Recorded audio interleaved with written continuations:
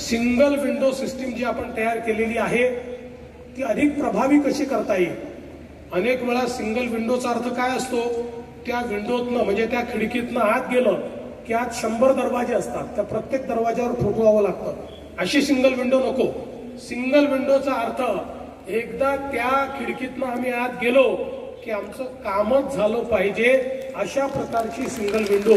आणि म्हणून स्वयं पुनर्विकासच्या संदर्भातले जेवढ्या सर्व्हिसेस आहेत या सगळ्या सर्व्हिसेस राईट टू सर्व्हिस ऍक्टच्या अंतर्गत नोटिफाय करायच्या आणि त्या सगळ्या डिजिटल पद्धतीने उपलब्धच्या, त्याच्यामध्ये कुठलंही ह्युमन इंटरव्हेन्शन राहणार नाही, कोणीही काही मागणी करू शकणार नाही, अशा प्रकारचं एक अतिशय सीमलेस अशी सिंगल विंडो ही येत्या काळामध्ये आपण निश्चितपणे या ठिकाणी तयार करू।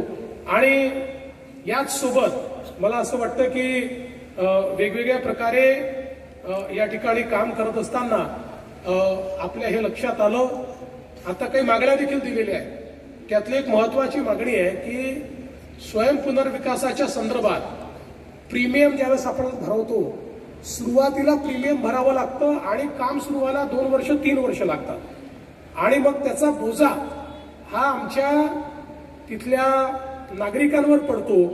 बिल्डरजवळ पैसा असतो, बिल्डर ते भरू शकतो। अनेक वेळा स्वयं पुनर्विकासामध्ये लोक याकरता येत नाहीत की आधीचे पैसे कुठनं भरायचे, आणि आता आपण मागच्या काळामध्ये त्याच्याकरता मुभा दिली आणि आपण सांगितलं की हे पैसे 3 वर्षात भरता येतील, पण आपण त्याच्यामध्ये एक रायडर टाकला, 3 वर्षात भरा, पण त्याच्यावर 8.5% व्याज आपण घेतो। त्याच्यामुळे प्रॉब्लेम काय होतो की हा जो काही सोसायटीवाला असतो याला बँकेचंही व्याज भरावं लागतं आणि प्रीमियमचंही व्याज भरावं लागतं, म्हणजे डबल व्याज त्याला भरावं लागतं त्या ठिकाणी। आणि म्हणून आज मी घोषणा करतो, स्वयं पुनर्विकासाच्या बाबतीत हे व्याज रद्द केलं जाईल, व्याज लागणार नाही। 3 वर्षाच्या पुढे व्याज लागेल, 3 वर्षापर्यंत। आणि तसं जर आपण ठेवलं नाही तर तुम्ही बिल्डर सारखं वर्षानुवर्ष चाललंय असं नाही। स्वयं पुनर्विकासाची इमारत आपण ठरवल्यानंतर 5 वर्षात उभी राहिली पाहिजे, लोकांना तिथे जाता आलं पाहिजे, या दृष्टीनं 3 वर्षाकरता या संदर्भात जी काही व्याज माफी आहे ती व्याज माफी आपण देऊ।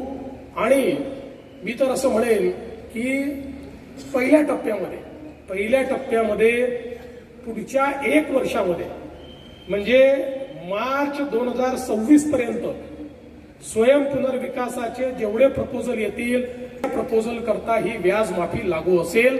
त्याच्यानंतर तुमच्या रिस्पॉन्सवर पुढचं आम्ही ठरवू की पुढे काय करायचं आहे। आज मला अतिशय आनंद आहे की मुंबई बँकेने खूप मोठ्या प्रमाणात याच्यामध्ये पुढाकार घेतलाय।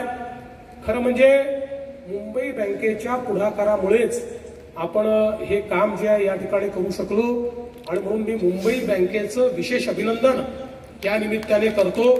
आणि माननीय पीयूष जी, राज्य के मुख्यमंत्री इसको राजाश्रय दिया है, उनके आशीर्वाद से ये सेल्फ डेवलपमेंट हो रहा है, और इसलिए ये सेल्फ डेवलपमेंट को प्रमोट करने के लिए, क्योंकि सर्वसामान्य आदमी को ज़्यादा घर मिलता है, बड़ी जगह मिलती है, और मुंबई से बाहर जो मध्यम वर्गीय विशेषता मराठी मानुष जा रहा है उसको मुंबई में रहने के लिए ये योजना बहुत काम में आएगी। मुंबई में पहली बार नहीं, ये 15 प्रोजेक्ट हो गए, सीएम साहब प्रमोट करने के लिए आए हैं, हजारों प्रोजेक्ट है, अभी ये मूवमेंट करके चलेगी।